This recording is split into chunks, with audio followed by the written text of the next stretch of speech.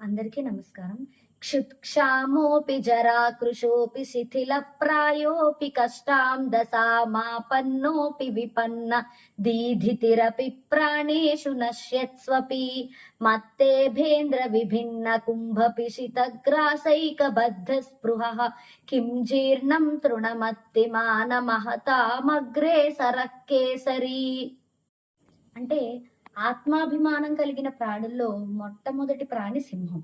ఆ సింహానికి ఎంత ఆకలేసినా, ఎంత నీరసం వచ్చేసినా, అది ఎంత కుషించిపోయినా, దానికి కాళ్ళు పడిపోయినా, అది కష్టస్థితిని పొందినా, దీనస్థితికి వెళ్ళినా, చివరికి శరీరాన్ని విడిచిపెట్టే స్థితికి వెళ్ళినా కూడా ఆ సింహం ఎంతో బలమైన ఏనుగు అంటే మదించిన ఏనుగు యొక్క కుంభస్థలాన్ని చీల్చి అందులోని మాంసాన్ని తినడానికి ఉవ్విళ్ళూరుతుందే తప్ప, ఈ రోజుకి నాకు ఓపిక లేదు, ఈ రోజుకి నీరసంగా ఉంది కాబట్టి కొంచెం ఎండుగడ్డితో సరిపెట్టేసుకుందాం అనుకుంటుందా? అనుకోదు.